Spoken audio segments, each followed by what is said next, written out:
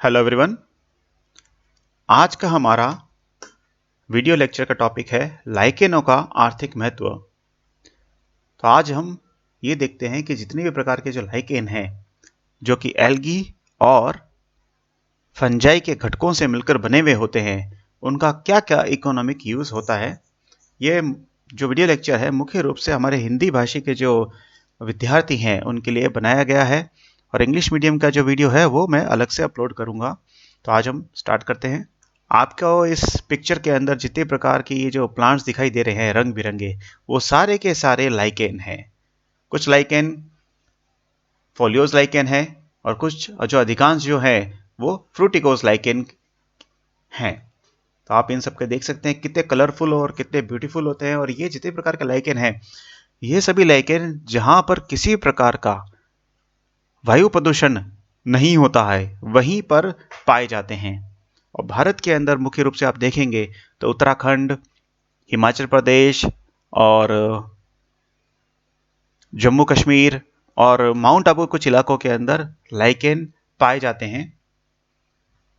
ये लाइकेन किसी प्रकार की नग्न चट्टानें जहां पर अभी तक किसी भी प्रकार से कोई भी वेजिटेशन यानी कि पेड़ पौधे नहीं उगे हैं, वहां पर सबसे पहले पायोनियर के रूप में ये उगते हैं। और फिर धीमे धीमे ये कॉलोनाइजेशन करते हैं, फिर सिरल कम्युनिटी आती है और फिर उसके बाद में एंड कम्युनिटी आती है, फिर क्लाइमेक्स कम्युनिटी आएगी। ये प्रकृति की अद्भुत देन है। विभिन्न प्रकार के खाद्य पदार्थ, औषधि, सुगंध, अभिरंजन के रूप में लाइकेन्स को यूज किया जाता है। सबसे पहले नग्न चट्टानों पर लाइकेन ही उगते हैं और लाइकेन पॉल्यूशन इंडिकेटर के रूप में यूज किए जाते हैं। कुछ महत्व हैं वो हम आगे देखते हैं। ये जो लाइकेन आपको दिखाई दे रहा है, ये लाइकेन पार्मेलिया लाइकेन है और भारत में मुख्य रूप से दक्षिण भारत के अंदर ये उगता है। और इस लाइकेन को शिला पुष्प भी कहते हैं और ये मुख्य रूप से खाई जाती है।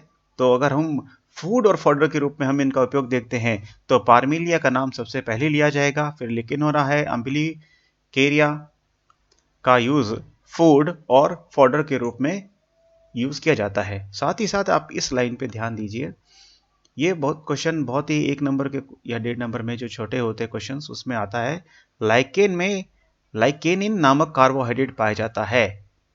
तो ये पूछा जाता है आपके एमजीएस यूनिवर्सिटी के अंदर, क्वेश्चन काफी आता है। और साथ साथ जब प्रैक्टिकल में वाइवा होगा तभी पूछते हैं कि लाइकेन में कौन सा कार्बोहाइड्रेट पाया जाता है। साथ ही साथ ये भी ध्यान रखना इसमें ट्रू स्टार्च और जो सेल्यूलोज है वो नहीं पाया जाता है।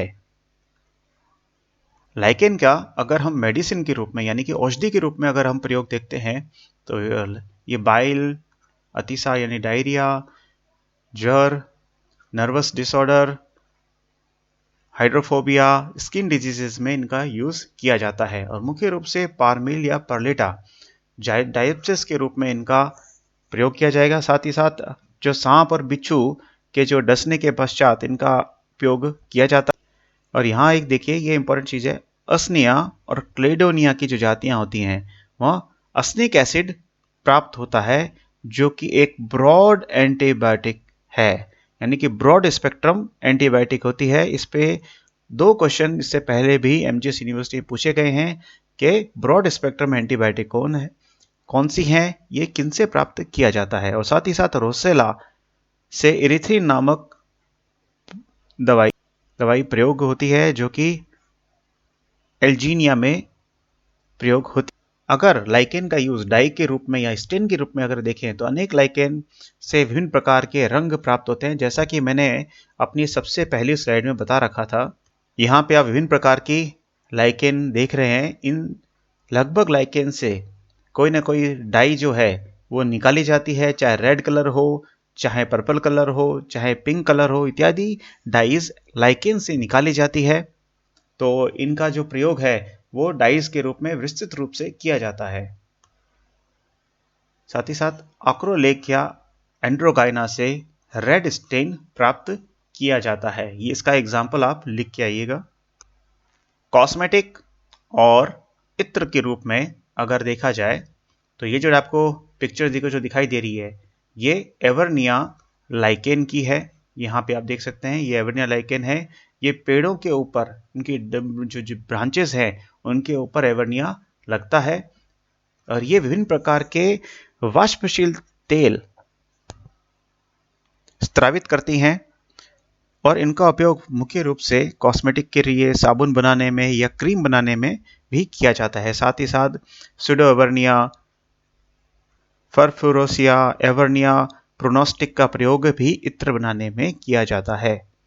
इनसे जो इत्र प्राप्त होते हैं वो बहुत ही महंगे प्रकार के इत्र होते हैं। अब देखते हैं टेनिन के रूप में, यानी कि चर्म शोधन उद्योग में इनका प्रयोग कैसे होता है। तो ये जो आप लाइकेन की पिक्चर दिखाई दे रही है, ये सिटेरिया आइसलैंडिका की है। इनका जो प्रयोग है वो टेनिंग एजेंट के रूप में किया जाता है, क्योंकि इनमें लिकेनोरिया एसिड पाया जाता है, साथ ही साथ इरिथ्रिन पाया जाता है, ताकि जितनी भी टेनिन रंग रोधन की जो इकाइयां होती हैं उनमें ये प्रमुख रूप से यूज होते हैं। अब हम देखते हैं इनका जो प्रयोग है वो फर्मेंटेशन और डिस्टिलेशन के रूप में किस तरह किया जाता है।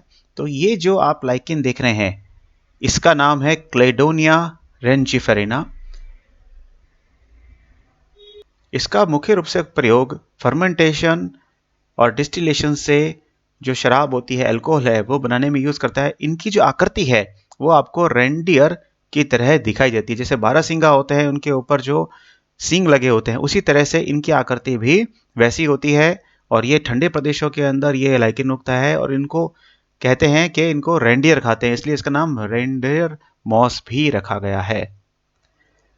कल्चर मीडियम के रूप में तो विभिन्न प्रकार के प्लांट टिश्यू कल्चर जो मीडियाज होते हैं उनमें भी इन कवकों का और जीवाणु के संवर्धन के लिए इन लाइकेन्स का प्रयोग किया जाता है और ये एक आइडियलिस्टिक मीडियम के रूप में इनका प्रयोग होता है। सबसे अंतिम रूप में अगर हम देखें तो इनका इकोलॉजिकल सिग्निफिकेंस क्या है। जिस तरह से केंचुए किसान के मित्र होते हैं, उसी तरह से जो लाइकेन है इन्हें हम प्रकृति का किसान भी कहते हैं, क्योंकि जैसे मैंने आपको पहले बताया था ये नग्न चट्टानों के ऊपर सबसे पहले ये उगते हैं, उसके बाद में ये मृदा का अपघटन करते हैं, जिसके प्रकार में सिरल कम्युनिटी आती है, फिर क्लाइमेक्स कम्युनिटी आती है। उसी प्रकार से ये मृदा बनाने में सबसे ज्यादा उपयोगी यही प्लांट होते हैं। यहाँ पे लिखा हुआ है ये चट्टानों पर अनुक्रमण के दौरान प्रकट होने वाले सबसे पहले जीव होते हैं। ये इन क्षेत्रों में नहीं उगता जहां पर सल्फर डाइऑक्साइड का बाहुल्य होता है। स्टार लगा लीजिए, क्योंकि ये जो क्वेश्चन है ये विभिन्न प्रकार के 4 या से 5 बार आईएएस में क्वेश्चन पूछ चुके हैं इसका। साथ साथ में इसका एग्जाम आरएएस के अंदर भी आ चुका है और जितने भी लगभग कॉम्पिटिटिव एग्जाम होते हैं उसमें ये क्वेश्चन सबसे बेसिक क्वेश्चन है कि ऐसे जीव का नाम बताइए जो सल्फर डाइऑक्साइड के बाहुल्य में नहीं उगते, तो उसका नाम आएगा ये मॉसेस और साथ साथ में लाइकेन्स। इसलिए इन्हें आईएपी इंडिकेटर एयर पॉल्यूशन माना जाता है। ठीक है, तो स्टूडेंट्स फिर हम नेक्स्ट जो वीडियो है उसके अंदर मिलते हैं। धन्यवाद।